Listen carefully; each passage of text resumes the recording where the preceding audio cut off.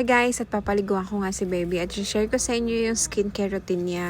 Una nga po pala, ilalagyan ko muna siya ng oil sa likod niya, sa dibdib, sa talampakan at sa bunbunan. Subok ko na talaga yung Mustela kasi nga dati kay Jada, ito din yung gamit niya lalo na sa mga sensitive skin ng mga baby. At ito naman pala yung shampoo niya. Hair and body na yan kaya tipid din. At ayan nga po, tapos na maligo si baby at nabihisan ko na yan. Meron nga pala siya Mustela Barrier Cream, pang rashes siya sa mga pampers. Kaso ngayon hindi na namin siya masyadong nagagamit kasi ngayon hindi na siya nagkaka-rashes. Unlike nung baby siya. Kaya sana wag ka na siya magka-rashes. Okay lang na hindi magamit basta wag lang siya magka-rashes. Tapos ayan si Castella nga pala yung nilalagay ko kapag may mga pula-pula siya. Sobrang laking tulong talaga sa akin ito, lalo sa mga pula-pula na baby, ang bilis lang mawala. Ito nga din pala yung ginagamit ng ate niya dati, nung baby pa yung ate niya. Hanggang ngayon naman nilalagay ko to sa mga sugat-sugat ni Jada kasi mabilis siyang mag-fade. Ito naman yung para sa mukha ni baby, yung face cream niya. Talaga kasi maiwasan na mag-dry yung mukha ng mga bata, yung balat nila kapag winter dito. Kaya ito din yung gamit niyang lotion, Mustela din po. At dahil nga medyo malaki na si baby, ay may time na ako mag-skincare ulit sa sarili ko. Dati kasi nung newborn siya, syempre sobrang puyat, nakakatamad ng mag-skincare. Parang gusto ko na lang matulog ng matulog. Kaya ngayon bumabalik na ako sa skincare routine ko. Cetaphil nga pala yung gamit ko dati pa. Ito nga pala yung face cleanser na ginagamit ko. Tapos ito, nag-a-apply na rin ako ng aking lotion. Ang bango ka mo neto. Tapos ang light lang sa balat niya. Sa afternoon ay maglalagay na rin ako ng pang-aking muka.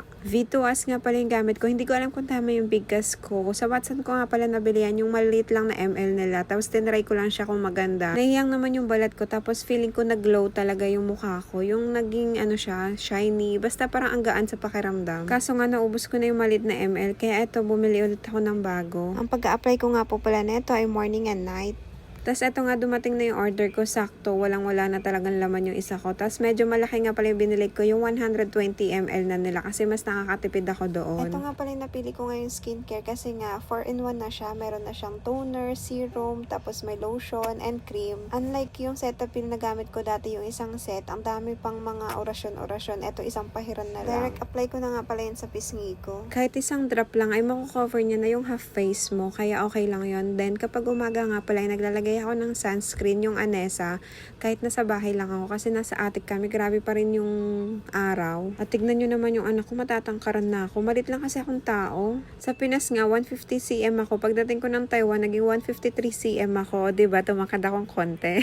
Sana nga yung mga anak ko ay magmana sa daddy nilang matatangkad. Si Jada naman pala, yung skincare niya, yung pangtulog niya, ay naglalagay din siya ng Mustela sa mukha niya. Tapos yung lip gloss, kasi nga nagdadry lagi yung labi niya. Nagsa-sunscreen nga din pala si Jada ang pambata. At sobrang mahalaga yun kasi nga naglalaro sila sa school sa labas. Sobrang init. Today, I'm going back to you. Now, I'm going back to you. Today, I'm going to clean my table today and pray. And I'm going to eat. And I'm going to play with my mommy and pray and activities. And this is in the morning, I'm always like I will sweep twice, two times, and I'll do that next time. So I will just put it next time while we start. Today, I stay. Baba na to. Yeah. Hi guys.